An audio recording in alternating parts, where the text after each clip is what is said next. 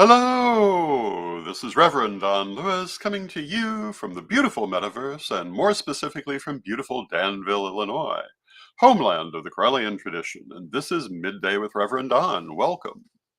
And as you know, if you follow Midday with Reverend Don, you can type your questions or comments into whatever platform you happen to be watching on. If you're watching live, they should show up here in my chat room. And I hope that you've had a lovely week. And today is our weekly roundup of interesting stories. And I'm going to start by paying respects to a couple of passings. And first, here in our local Vermilion County pagan community, one of our beloved members has passed into spirit, Paul Rouse. And I want to wish my condolences to his friends and family and to his temple, and say that he will be greatly missed. The second condolence is Dame Maggie Smith, who passed away, and it was announced this morning, so I would assume probably during the night.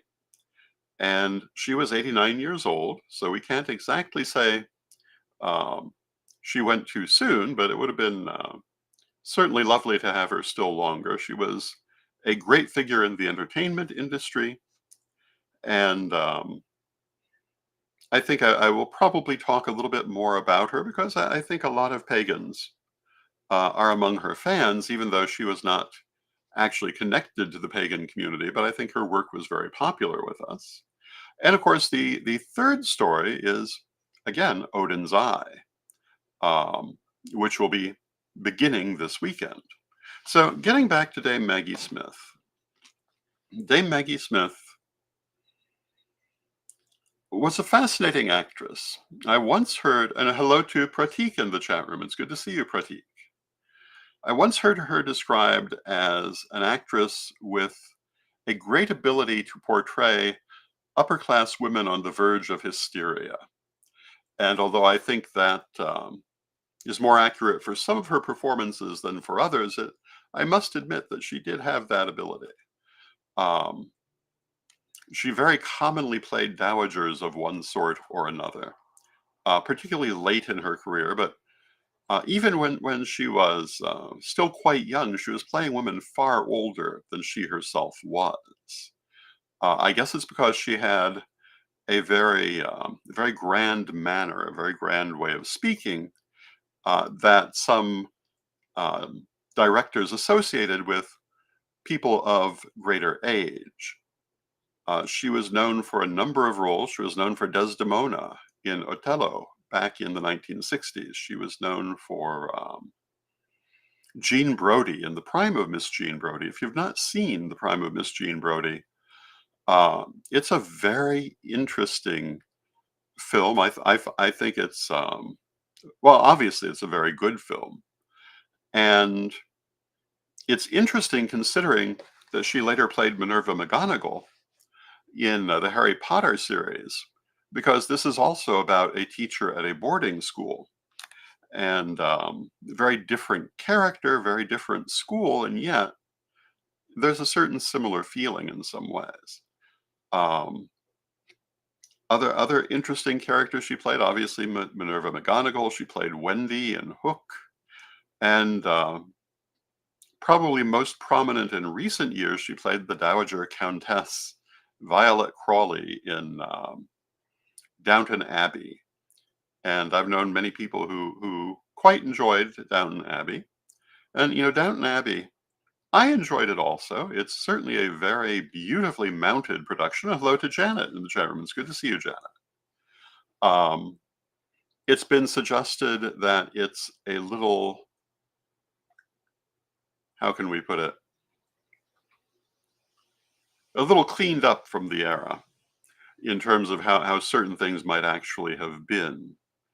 But you know, you can't really expect most period dramas to be exact replications of periods of which few, if anyone, who actually lived it is still around to talk. Um, the general explanation given with Downton Abbey as to why the family is unusually close to their servants is that the mother is American, which might make some sense, possibly. Um, but certainly visually and in most ways, it's a pretty good evocation of the era.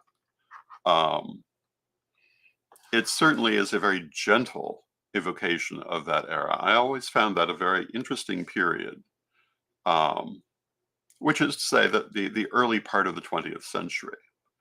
And there are a number of interesting movies, certainly, that depict that era, and also many that actually come from it, because that was the birth period of cinema. Um, and what I would say, if you want perhaps a grittier version of that era, try Gosford Park. Also a beautifully mounted production, also starring Dame Maggie Smith as another Dowager Countess. Um, and one slightly less endearing, which gives, I think, a better view of the difference between upstairs and downstairs at that time. Although in this case, perhaps a little bit to the opposite extreme. But if you look at the actual films of the era, one of the things that I have always noticed is, these were people just like we are. The idea that they were drastically different, um, certainly they were in some ways, but that they were people too, and um, nowhere near as rigid as their photographs. So you could also, I'm sure you can find it on YouTube. Watch Our Dancing Daughters with Joan Crawford, which is from the era where I believe um, Downton Abbey currently is having its story set, the late 1920s. And it might give you a very different view of that era within a similar social class, except in the American version. Um, it's very interesting to see both how people have changed and how they have not changed in this 100 years, and it's been 100 years now, or mostly 100 years. I think that for Downton Abbey, I believe that where their current story is set is more like maybe 95 years, but right about 100 years. And so often we forget the things that were.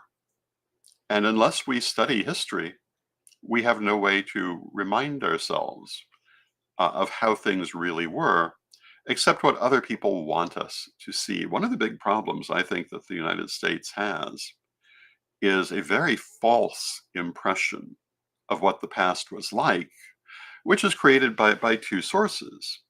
One are the various um, conservative churches who want to give a certain impression of the past, and the other is Hollywood itself, which tried to give an idealized version of the world during that time period that only occasionally touched on what life was like for people outside of what we might call the most fortunate classes.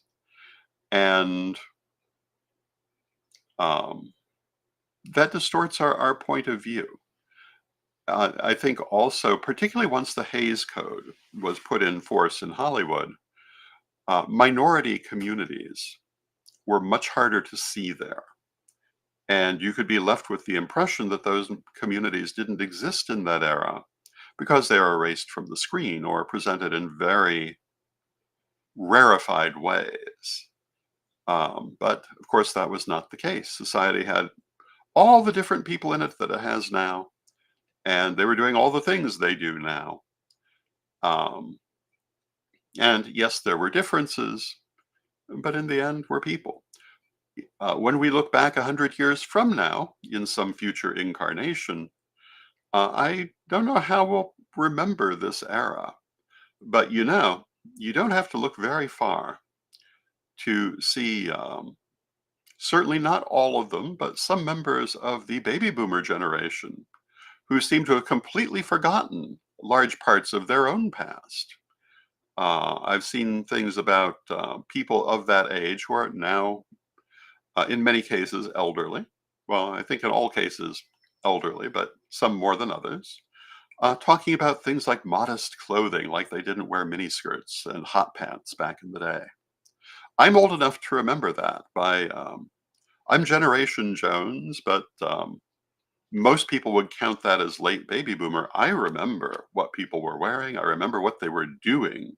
And I remember what they were saying.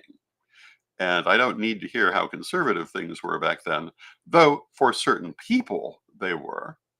But in society, no, no, no. That was the height of the sexual revolution, and people were doing everything. And hello to Steve in the chat room. It's good to see you, Steve.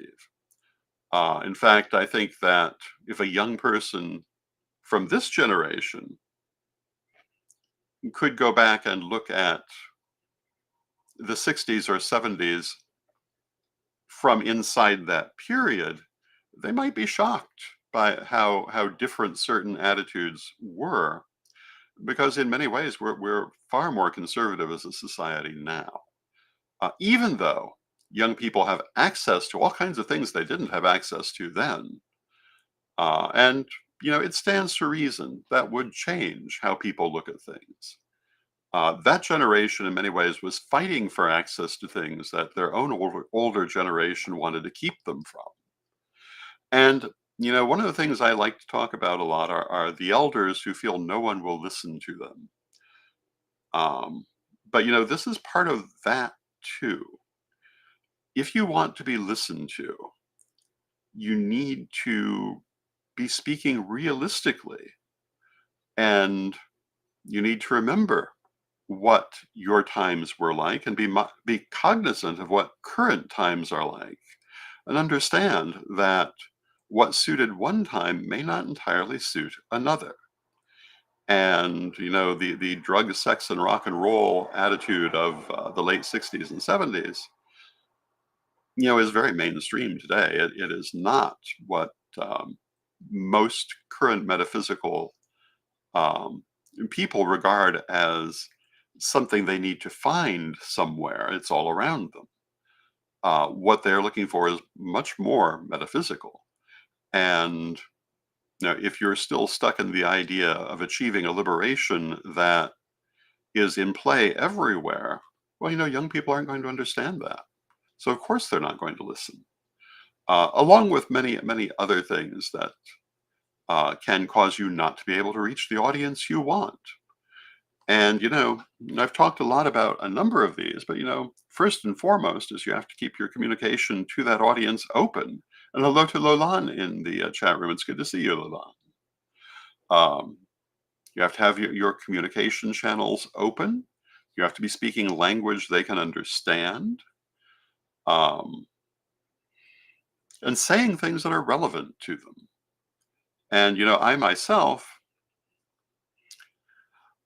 I've always believed in being relevant, but I'm cognizant of the fact that I'm relevant to a certain group of people who want to study deeper information and who want to study things about leadership, how to work within groups and communities, as opposed to those people who are just looking for the latest spell book. Um, and I'm constantly thinking, what can I do to broaden my appeal, and probably will do some of those things. But at the same time, I don't want to stop serving the community that I have always served. I always wondered, why did my vlogs, for example, not get a wider audience? But I knew the answer. All I had to do was speak to an oogie boogie subject like demon possession or haunted dolls, and the numbers would go way up. But speaking to actual serious subjects really only got to a certain audience, because only a certain audience wanted that level of information. One of the things that I have observed over the years in the pagan community is people saying that they're tired of 101 material and really want more in-depth material. And I have to tell you, for the most part, I don't buy that, because those same people won't actually do anything with more in-depth material when it's presented. I think in a lot of cases, they don't actually understand what more in-depth material is. I think a lot of the people who make that complaint really just want a thicker cookbook of magic rather than learning the practice of magic. And when we talk about magic and metaphysics, it's not about recipes. Um, it's about understanding the principles and applying them, and knowing how to apply them perhaps where no one has been before, because you may find yourself in such a situation. You need to understand why something works and how it works, not just how someone else did it, not some combination of plants and stones and oils. It's much better to know the meanings of all of the plants and oils and stones and be able to make the combination you need when you need it, if that's the kind of magic you're doing. It seems to me that too often in our community, people never seem to get that message. And that's always been one of my major themes, that it's about knowing how. And it's like cooking. You can make wonderful dishes by following recipes. But to be a real cook, you need to know how to create the dish. You need to know what to do when you don't have the ingredients in someone else's recipe. And hello to Mary Hawk in the chat room. It's good to see you, Mary. Um, you need to know how to spice it with the spices you have that may not be the ones that are called for in someone else's recipe, and also how to work without that recipe, because you won't always have things that will fit in a recognized pattern. But a good cook can cook most anything that's present and come up with something appetizing and desirable because they understand the principles of cooking. They understand the principle of spicing the food. They understand what different cooking techniques will give them. They understand what different ingredients will do and how they go together. All of which is far more complex than just following a recipe. Magic is the same. It's great that you have someone's spell book. That's good inspiration. But if you can't work without the spell book, you don't know what you're doing. You need to understand why these things are done. The spell from so and so's book may tell you to do X, Y, and Z, but what you need to know is, why are they doing X? What is the point of Y? And what can you expect from Z? And why have they been put together that way? And Janet says, I always like to know the meaning of plants, flowers, and oils. Absolutely. That is really the whole point. Now, it's important to remember also that not everybody interprets everything the same way. Not everybody works with everything the same way. We had a question on Tarot Thursday last night about astrological connections to tarot cards. I personally have never worked with astrological connections to tarot cards. I know that it's popular in some circles. It has never particularly served me, so I couldn't really speak to it. But you'd be making a mistake to think that means that I'm not familiar with tarot. I also would know exactly where to go to get the answer, had it not been a live show. Um, I mean, it's quite simple to see what different people have associated with different tarot cards by simply referencing their works. But it's never been something I focused on, because that's just not my way of doing it. And hello to Brian in the chat room. And Brian says, I do astrology with tarot a lot. Brian could have answered that question. Um, but, this speaks to, again, the fact that everybody's a little different. Everybody interprets these things differently. And it's learning how to use it for yourself, not copy everybody else, that really is the issue. And yes, if you belong to a particular tradition, you should observe their norms, particularly when acting in that capacity, but you're still an individual. And if your tradition doesn't give you room to be an individual, that really is a problem. And with that, I'm going to take a moment for a word from our sponsors. And here we go.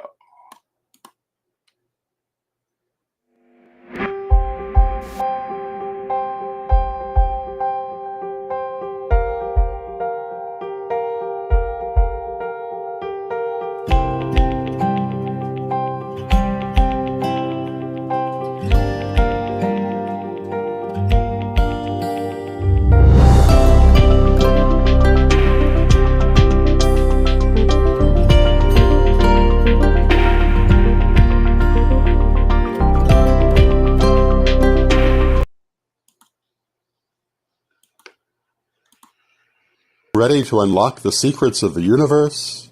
Join me, Rev Don Lewis, for my metaphysical and magic auctions at Gaia Thrift at whatnot.com. Discover fascinating artifacts, mystical crystals, and rare and unusual books that could change your life. Don't miss this chance to bring a little magic into your world. Rev Don's Metaphysical and Magic Auctions, where the extraordinary can become yours. And we want to thank our sponsors, Equinox Learning Hub and Rev Don's Metaphysical and Magic Auctions. And the next auction, I believe, is intended for tomorrow night. And one of the pieces is this illustration representing Odin's eye. So if you're interested in that, join us tomorrow night, and it will be available. And then we still have a little bit of time left in our broadcast. The final story I wanted to talk about was, again, Odin's eye. We've been talking about it all week. But, in a lot of ways, I think it is the big story of the week. And the story of Odin's eye is that for 2 months, the Earth will have a secondary moon. And Mary says, that is beautiful, meaning the artwork. Thank you, Mary. From September 29th, which is Sunday, through November 25th, we will have the Odin's eye as our second moon, which is a comet, which is being caught by the Earth's gravitational pull for that period, and then will return to a heliocentric orbit afterwards. And what does this mean? Well, having 2 moons, Brian says, have we figured out the placement of it yet for astrological purposes? No, I have not. But we will. To me, what this does is it accentuates all the things we would have from our normal moon, as well as adding a little bit of its own. And what this has to do, in my opinion, it brings forward things that are hidden, things that are not normally seen, particularly metaphysically in terms of prophecy and in terms of oracle work, but also in terms of society and personal relationships, subconscious aspects of ourselves, seeing things we don't normally see. And Steve says, it's a great story. Glad you've covered it so well. Thank you, Steve. I think that we will probably be seeing a number of things that perhaps we've been unaware of, perhaps we have not anticipated, and perhaps that we will say, oh, well, I knew that, but it's good to have confirmation. I found when I learned clairvoyance and learned to do psychic work, and would of course do it for myself, I often found that in fact I did kind of already know what was coming, but the clairvoyance gave me that confirmation of it, particularly doing shadow work. Sometimes I found things that were very unexpected, but quite often it was, oh, well, yeah, I knew that, but had not really dealt with it yet. And hello to Brochu Isabel in the chat room, who is joining us from Quebec, Canada. Welcome, Brochu. It's interesting. I think that I think that if we trusted ourselves more, we'd be surprised much less. But that's not the easiest thing in the world. And it is worth saying that developing trust in yourself is actually a major part of metaphysics. Most people, when they come to metaphysics, are coming from the wider society where where they have been taught not to trust themselves, to second guess everything, and in particular, particularly from certain religious backgrounds, to take other people's opinion above their own, even when those opinions don't make sense. Now, that's not to say that you will always be right if you trust yourself, because there are numerous ways in which we can be working from crossed wires. But if we can maintain our connection to our higher self and trust that, I think we're much better off. And that's half the point. Well, more than half the point of meditation, and a big part of the point of metaphysics, to be in contact with our higher self and to integrate that more firmly into our conscious self. And when you do that, you get good things. Now, I don't know that we can ever fully do that in this existence. Um, I think that doing that is part of the purpose of this existence, but I'm not sure if in our current human form we can get all that way. But I think we can certainly get farther. It's generally said that as humans, we're in the mental plane, speaking in terms of the seven planes, moving into the astral, which means there's still quite a bit left to be done. But still moving forward. And I think we see people at many different levels of that mental plane. Some closer to the emotional, some closer to the astral. And of course, every plane we've gone through, we continue to access. And the ones we're moving into, we have some access to as well. With that, I see that we've come to the end of our half hour. I hope that you have enjoyed the program. And again, I want to issue my condolences to the friends and family of Paul Rouse, and of course on the passing of Dame Maggie Smith, and my excitement with the coming of Odin's Eye. And on Sunday, we will be having our regional Corellian lustration, which has as its center point, of course, oracular working. And I'm very curious to see what that brings. So with that, let us close with our prayer, as we always do. Divine Mother Goddess, Divine Father God, beloved ancestors, we thank you for all that you do for us in our lives, and we rejoice in this path we walk together. And we ask you to help us to maintain good contact with our higher selves and to listen to that voice within us, which always leads us correctly. Beloved Mother Goddess, beloved Father God, help us with our shadow work, help us to deal with those things we do not see, so that we can come into greater knowledge of who we are and what our purposes are. Beloved Mother Goddess, beloved Father God, beloved ancestors, we thank you with great love, and knowing you are always with us, we thank you for your presence, and may you be blessed now and always. I thank you for your presence, may you be blessed now and always.